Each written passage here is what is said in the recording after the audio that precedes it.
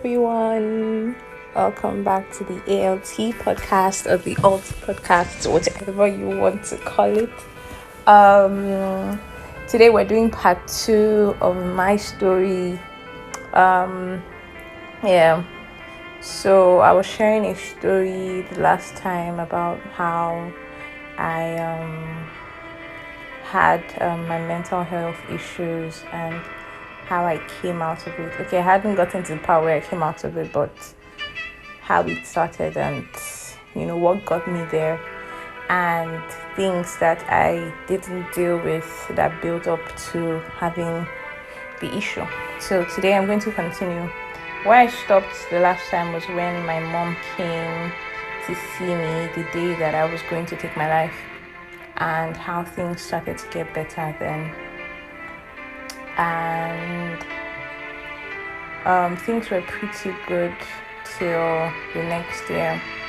So everything was good till like February. In February I met someone and I thought it was God. It brings me back to saying please know God for yourself and be sure that He's the one talking to you. If you think you're hearing anything at all, be sure that all the signs and all the symbols and all the things is really God talking. Because it wasn't God. And I thought it was God talking, and so I sort of just went with the flow. We didn't get together. I don't know if we ever got together because we never actually really defined what it was we were doing, which is very unlike me. I hate gray areas. I don't like to sit on the fence. Are we doing this or are we not? But I feel like because of how emotionally tired and beat up I was, and I also didn't want to be vulnerable again, so I had my guard up. At the same time, I was just going with it. Like, okay, let's just see where it goes. I mean, another thing I did is that was wrong, is I used to be a planner. I planned everything out. Of course, I mean, life happens and you can't achieve everything you plan sometimes, but it gives you some form of structure and direction. But last year, I just said, you know what, I'm not even going to plan. Whatever happens, happens. And so I was basically winging everything, and it seemed to be working for a bit. And then this person came into my life, and he seemed like he had genuinely good intentions. The thing we don't know is that broken people together is just chaos. I mean, you know that misery likes company, and with all the books I had read and all the things, all the seminars I had been to, all the teachings I had listened to, you would think I would see it from a mile away that I'm attracting another broken person just like me. And I also know that you cannot crutch your way out of a situation. By crutch, I mean now, if someone is your emotional crutch or emotional support in the time when you are broken, when you think you are whole and the person pulls away, there's every tendency that you would break again. So I knew all of this, but I think what this thing does to you is it boxes you up in a corner that every other thing is just, like I said, a limbo. It doesn't just make sense. So you take whatever you are giving because you begin to see your way yourself like in a way that this is probably the best that you could get right now. So after I claimed that I saw signs and everything, and it was probably God leading me to be with this person, there were a lot of red flags from the onset. But I'm like, Tutu, you always overdo, don't go and I gave out my name. I gave out my freaking name. All right, my name is Tutu, y'all. So I'm going to say it in the podcast now. I knew I couldn't stay anonymous, my God. Anyway, so I'm like, Tutu, don't go and overdo. Don't push this one away. I mean, attracting people before then, it seemed like he was like the most sensible person I had attracted in a while. So why push this one away, Tutu? I shade you. And I'm like, okay. I kept taking the bullshit until We became a thing, even though it wasn't defined, but we knew we were a thing, we were together. And it lasted just 2 months because there was constant manipulation, constant what you call it now? Stop. Okay, it's only a backlash when you know you have done something and then you're receiving it back. Constant lashing. I was disrespected more than I had ever been disrespected in my relationships. There was gaslighting. There was a lot. Naturally, I'm going to be as honest as possible. I am a stubborn person, and I am more stubborn in relationships. I could also be a proud person. But I let all this go because I'm like, okay, maybe this is the reason why I'm even here in the first place. I mean, your other relationships have not worked because your strong head is too much or one thing or the other. So try and be nicer this time, just try and go with it, be more patient. There's nobody that is perfect. Just take it. Bro.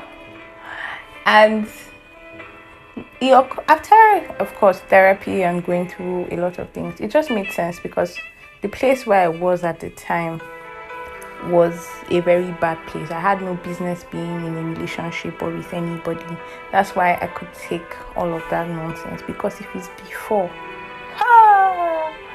I don't send anybody's daddy. I would not take the half. But I did. I took it. And what I didn't know was that taking all of that and internalizing my pain, because whenever he did something I didn't like, I couldn't voice it out because he would lash out, or he would say I was trying to be a perfectionist or trying to make him perfect, or I was trying to manipulate him and he could only be the person he was. This is what you see is what you get, girl. It doesn't get any better than this. And I would just take it, and all of that pain, because I was in a place where I couldn't express myself, I kept burying it and burying it and burying it. And so I went home. I decided that I was going to start my business finally, and I went home. I went to the market there, since things were cheaper, to get things to produce my first line of skincare products. And I was excited. I was pumped. Before then, I was having anxiety more often because that was after, that was when they lifted the first COVID lockdown, yeah? So in March, when the first lockdown hit, we had this sent for dinner after my NYC program. And when it hit, the places where we went to celebrate our dinner, we heard that there were people who had come in from the States, from the UK, that had COVID and had been there at the same time as we were. And I woke up the next day with a sore throat, and my mind just said, so you have COVID. And then at the time, we didn't know a lot about this illness, so I was just so sure that I was going to die. See me that wanted to die the year before. Now I was scared of dying. So it was so heavy on me. I had this paralyzing fear that I had never felt before. I couldn't do anything for 2 days straight. I couldn't eat.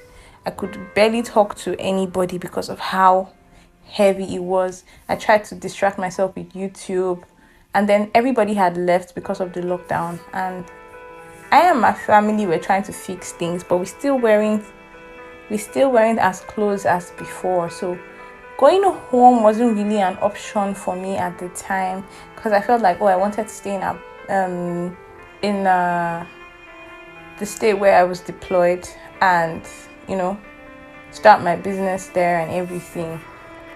And it just wasn't working because everybody had gone home. The whole city was on lockdown, and I was alone. I was alone in my flat. The street in my estate was literally empty, and I was so confused. I didn't know what to do. So the minute they lifted the lockdown, that's another thing, please be careful. I think this will be lesson 4. Be careful the people you surround yourself with in your time of need. And is insecurity the word? When you are most vulnerable, I would say be careful the people you surround yourself with, because this person I was talking about, I think this is what even led up to the relationship or whatever it was we were doing at the time, because his place was like the only available place I could run to inside the lockdown. because we were like within the same district in the city, so I could easily run there. And I was there for like 2 weeks, I think. And those 2 weeks, I saw Shaggy. Those 2 weeks should have been enough for me to see all the red flags. Yes, I saw them, but because of where I was, I'm like, Tutu, take it easy. I mean, even you're not perfect. You have your flaws. I mean, and I think I felt sort of like in my past relationships, I used to feel like a prize. I would really like the person, but I used to feel like you're really lucky to have me. I'm lucky to have you, yes, but you are really lucky to have me. And for the first time in my life, it didn't feel like that because of all the insecurity that had piled up until this time. And I didn't even know. And, you know, that happened. And then, so back to when I went home. Now, this was like July last year. I went home and I started my skincare line. I produced the first line, had like 4 products on ground. I was happy. And I even went out to celebrate, and then I came home and then I was hit with massive anxiety. But like by the next morning I was fine, or I thought I was. And then I was hit with another wave of anxiety. And I felt so much fear, so much guilt. Every bad emotion in the book you can think of hit me at one time. It would be later that I would realize that every emotion I had buried had piled up to the point where it couldn't be piled up again. I can't remember if it's Caroline Leaf that said this or my therapist. I can't remember, or I read it somewhere. It said burying emotions is like sweeping dust under a carpet. For the first few months is okay. Maybe even the first few years it doesn't show.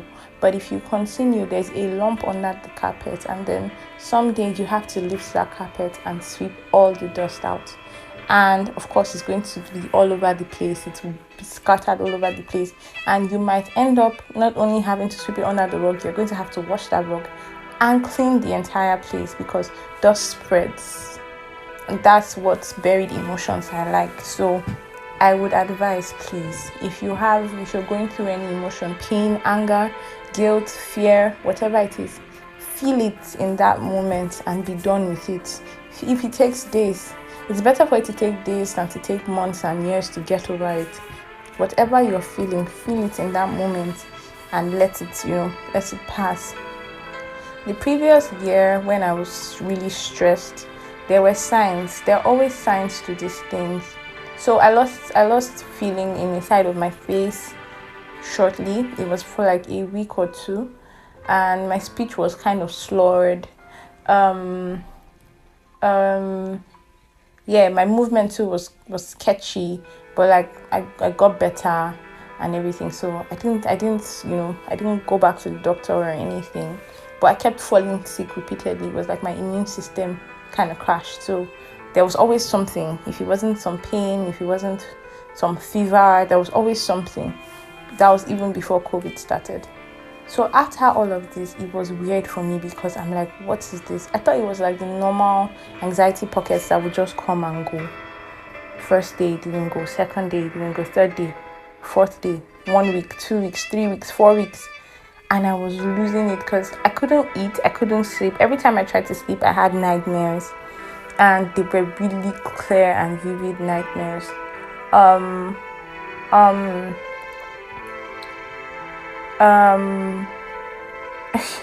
It was crazy.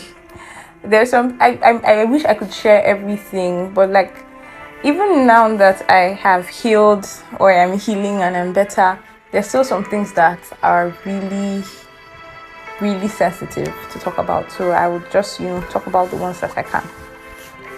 So I couldn't do anything. I couldn't step out of the house. I felt like if I stepped out of the house, I would die.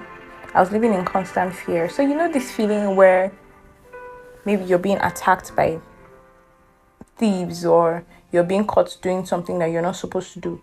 The way, blood rushes to your head and you're sweating and you have like this burning sensation all over from your head to your entire body, yeah? So I was in that state from July through January. Yes, for like 7 months straight, I was in that phase. Along as time went by, the intensity subsided, but it was there. Then let's not talk about the palpitations. My heart was constantly pounding. I did every physical examination I could do. They said, "You are fine. There's nothing wrong with you." And then one doctor said, "Look, from what you've told me, you have to see a psychiatrist." I'm like, God, a psychiatrist? Like, am I crazy now? A psychiatrist? When she asked me, "Are you hearing voices?" I said I wasn't hearing voices. "Are you seeing things?" "I'm not seeing things. These are just the things I'm feeling."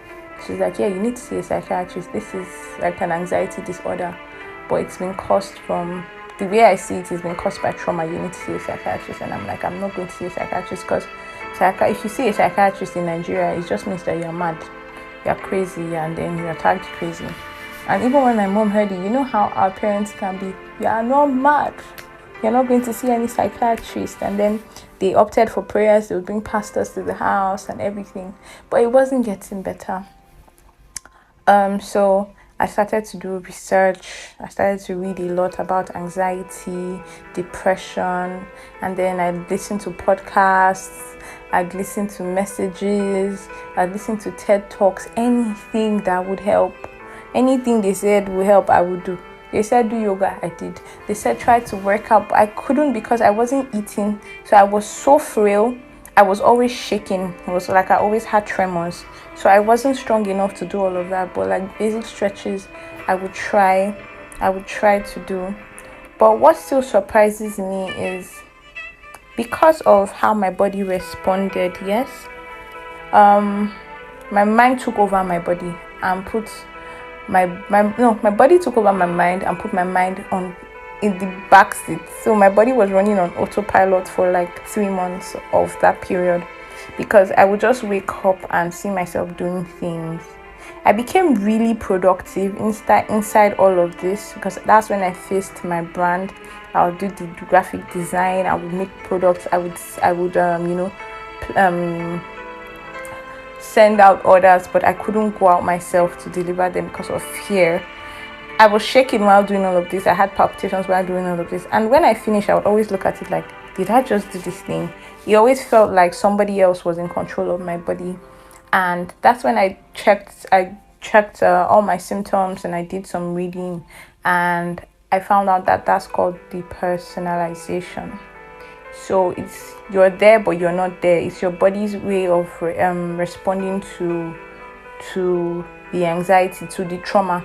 So it puts you in the back seat and sort of takes over.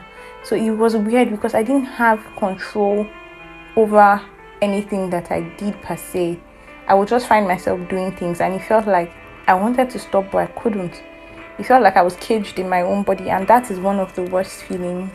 I remember praying for death a lot of the time and asking God what I was doing here, because if this is what life was, I did not want to continue. And it was terrible going on like that for 7 months straight, being around people that did not know the half, did not understand what the heck was going on. And then when people just say, "Oh, you'll be fine," or "Talk now, what's really wrong with you?" I would snap, because I don't like this thing either. And it was painful that nobody could understand, nobody could relate. And then there were things that were happening in the country that I would be getting better, then it would just trigger me, and then I would fall deeper into the thing. And it was really bad. I'm grateful that I had my sister there the entire time. She didn't know what was going on exactly, but she reads a lot of psychology books and she does a lot of research, so she understood how to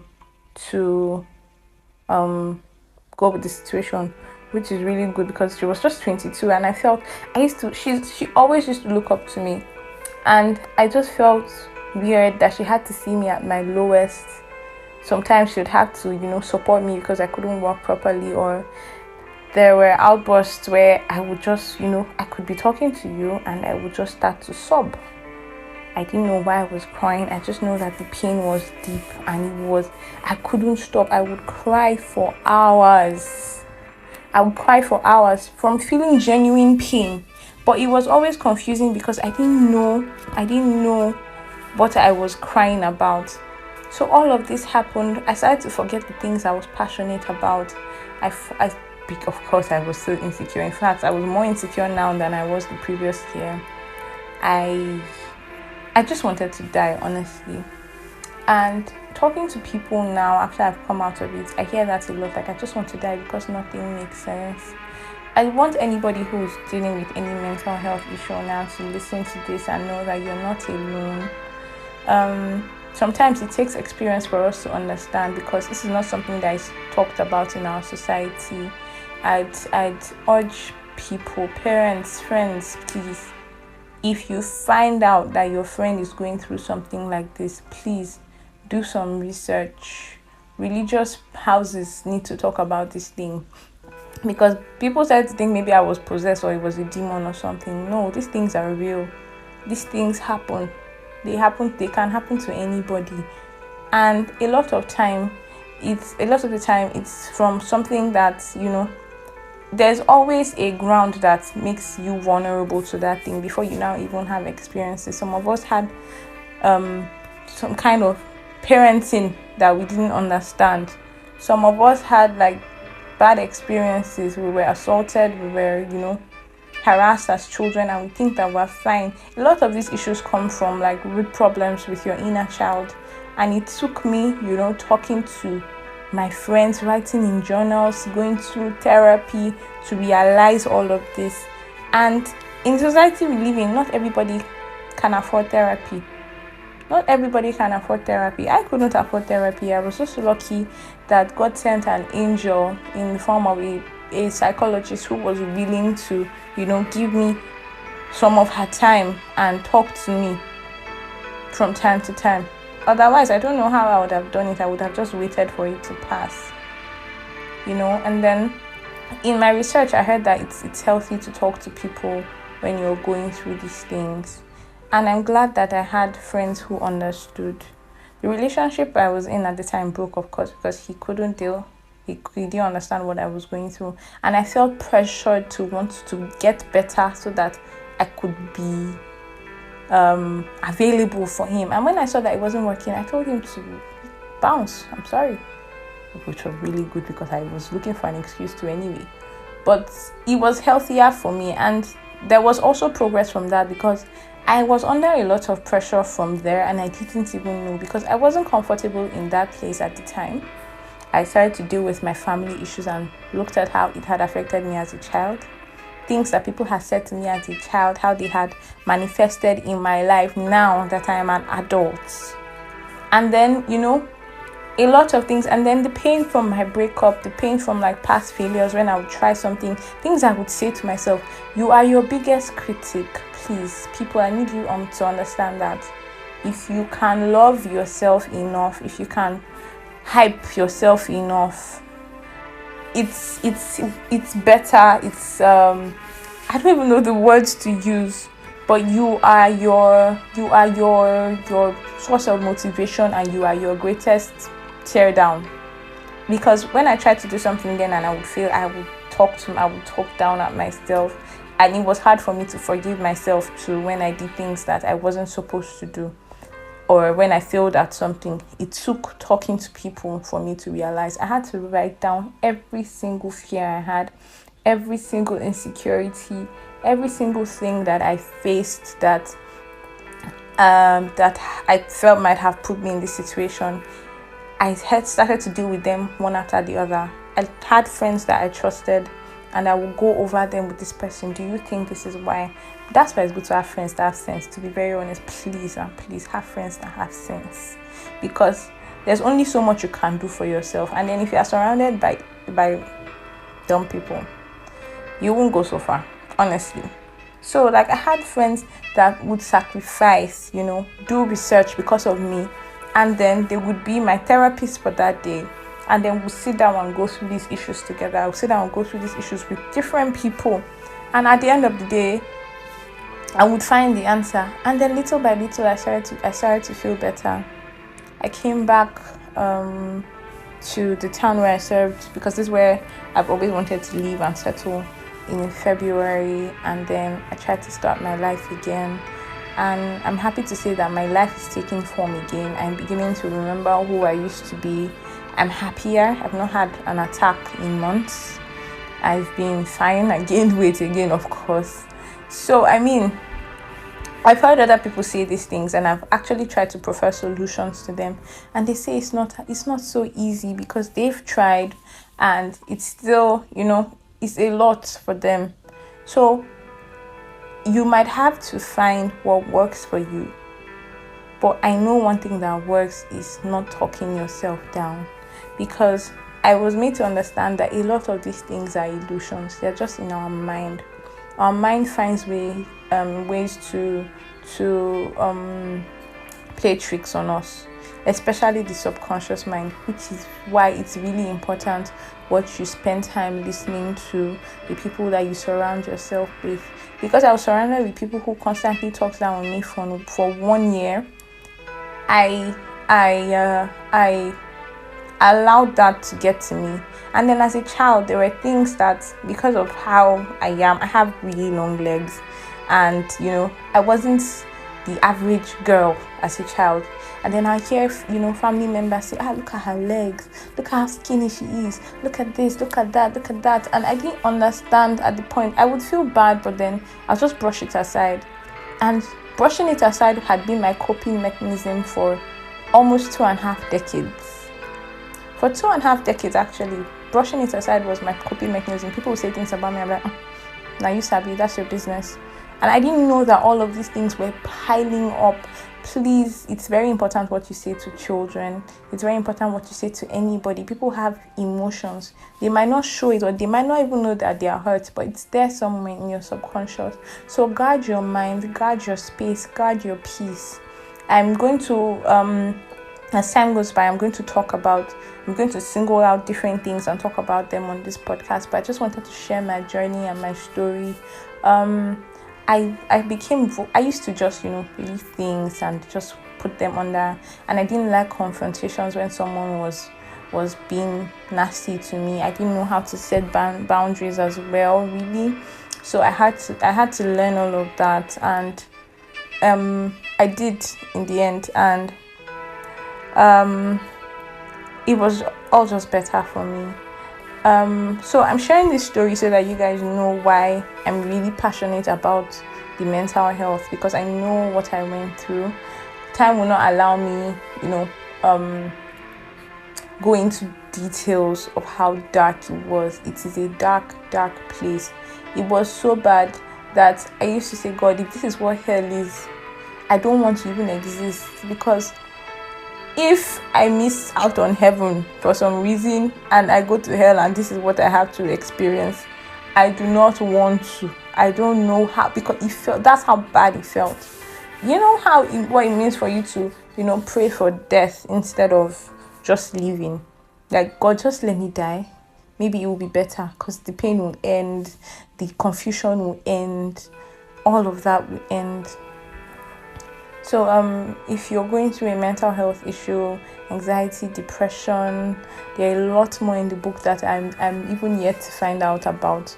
I just want you to know that you're not alone, and please don't just go through it alone. Reach out to people. Reaching out to people and talking about it is the first step to healing. I want you guys to anticipate more topics like this. I'm going to focus on topics, and if I can, I will bring experts on the podcast. I will talk about certain topics. If I can't, I'm just going to talk based off my own experience. And like I said, I'm going to add a link or something to this so that people can reach me and tell me their own stories. If you want it to be shared on this platform, how you were able to get out of your own funk and all of that, and so that we can all help each other. Because if I was around people who had been through these things, I wouldn't have stayed in it I was in it for about 10-11 months eventually, if you put everything together. And that's a long time to not really be doing anything with your life. I'm just glad that the whole period where I was on autopilot, I was able to be productive. But then it's really bad for some other people, and they can't do anything at all. So my prayer And my hope is that this touches somebody and this is helpful to somebody, and this is giving somebody hope to know that you're going to be fine. It might take a while and it might not look like it now, but you're going to be fine. If I could come out of that, you can come out of your own funk. And also let people know that, please, if you know anyone who's going through mental health issues, that's the worst, because it's your mind. It's easier for you to be going through something in your body, but it's your mind. So please be delicate with them, be gentle with them. Try to, not to impose the ways that they should be healing. Allow them find their own path and just be as supportive as you can be. There are probably things that I left out in my story now. I can't remember because I'm just talking from my head. I didn't write a script. But I hope that, I hope this was helpful. And I hope you enjoyed it. I'm sorry for making it so long, but I hope you enjoyed it. And going forward, I'll make it shorter and we'll be more specific about each branch or each topic. Yeah. I hope you have a good day or are having a good day. Thank you for listening. See you on the next episode of the A.L.T podcast.